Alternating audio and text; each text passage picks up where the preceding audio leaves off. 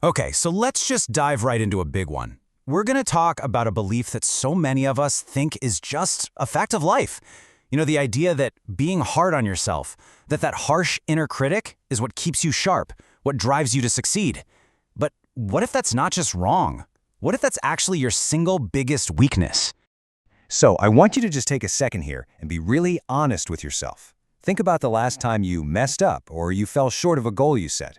When things didn't go your way, what did that voice in your head actually sound like? What were the words it used?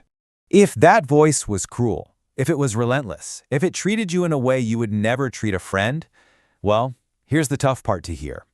That voice isn't some high-performance coach. It's not making you stronger. It's destroying you from the inside out. And that brings us to our first idea. We have to start seeing this inner critic for what it really is. It's like having an internal sniper. So let's unpack how this thing we call self-criticism really just becomes a constant attack from within. Now here's the insidious part, right? It's a trap.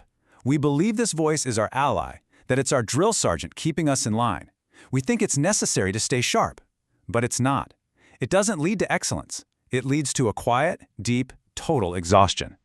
And this whole idea is built on a foundation of myths we've been told our whole lives, that self-punishment is what keeps us focused, that if we're not constantly hard on ourselves, we'll just get lazy and complacent.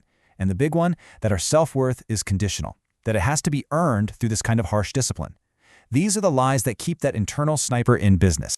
But look, this isn't just about feelings or some nice metaphor. This is about biology. Let's get into what is actually happening inside your brain and body when you launch one of these self-attacks. Okay, so here's the science. A lot of this coming from the work of psychologist Christine Neff. When you unleash that harsh inner critic, your brain doesn't register it as motivation. It literally can't tell the difference between your own internal criticism and an actual physical threat. So it activates what's called your threat defense system, and it floods your body with cortisol, getting you ready for fight or flight. But here's the amazing part. We have another system built right in. It's called the care system. And this gets activated by totally different things, by warmth, by encouragement, by self-compassion. This system creates the psychological safety that you absolutely need if you're ever going to learn from your mistakes and actually grow. So let's just put it side by side. It becomes so obvious. Self-criticism, that lights up your threat system, dumps the stress hormone cortisol into your bloodstream, and leads to panic and shutdown. Your brain literally goes into survival mode. But self-compassion, that activates your care system, releases oxytocin, the safety and connection hormone, and that's what leads to learning and growth. I mean, when you see the biology, the choice is pretty clear, isn't it? Which means we need a totally new strategy. And that brings us to the power of self-compassion. I want to be really clear. This is not some fluffy, feel-good concept. It's a scientifically grounded, practical approach to building real, durable resilience. And let's get one thing straight right off the bat. This is not about making excuses. It's not about letting yourself off the hook or just pretending reality is all sunshine and roses. That's a huge misunderstanding that keeps people stuck in that self-criticism trap forever. So what is it then? Well, it's a scientific strategy for becoming more resilient. It's a very practical, biological way to lower your cortisol. It's a tool you can use to create that psychological safety we were just talking about, which, as we now know, is the absolute key to being able to learn from your mistakes. Okay, so we get the what and we get the why. Now it's time for the how. This next section is all about action. It's a 3-step protocol that you can use to literally start rewiring your brain for more resilience. All right, our first exercise is incredibly powerful. Seriously, this one's a game changer. It's called the compassionate friend, and its whole purpose is to interrupt and change that internal conversation you're having. So here's how it works. Next time that critic starts yelling, just stop. Grab a piece of paper and write down, word for word, exactly what it's saying. Then I want you to imagine a dear friend, someone you really care about, came to you with that exact same problem. What would you say to them? You'd be kind, you'd be supportive. Write those words down too. And now for the most important part. Say those kind, supportive words to yourself, out loud. It's going to feel awkward at first, I promise. But what you're doing is actively building new neural pathways. You're building a new habit. Okay, next up is an exercise designed to fight that intense feeling of isolation that failure always seems to bring with it. This one is called common humanity. You know that feeling, right? That feeling that you're the only person on earth who could possibly mess up this badly. Well, your inner critic thrives on that feeling of isolation. So this practice is the direct antidote.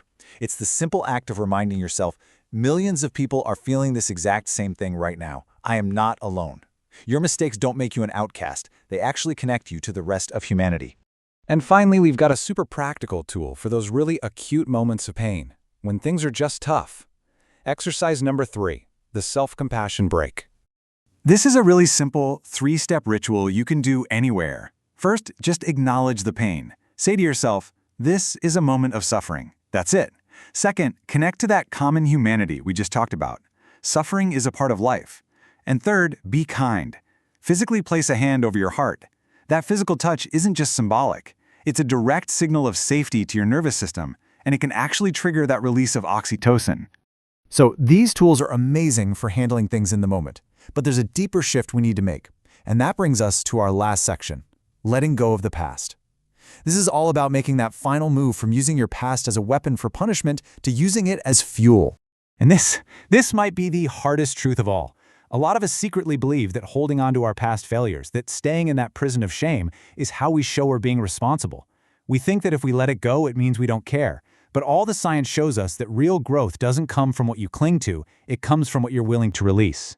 And this leads to a completely new definition of forgiveness. It's not about saying what happened was okay. It's not. It's the radical act of looking at your past and saying, yes, this mattered, this hurt, but I refuse to let it define who I am becoming. It's about taking your power back.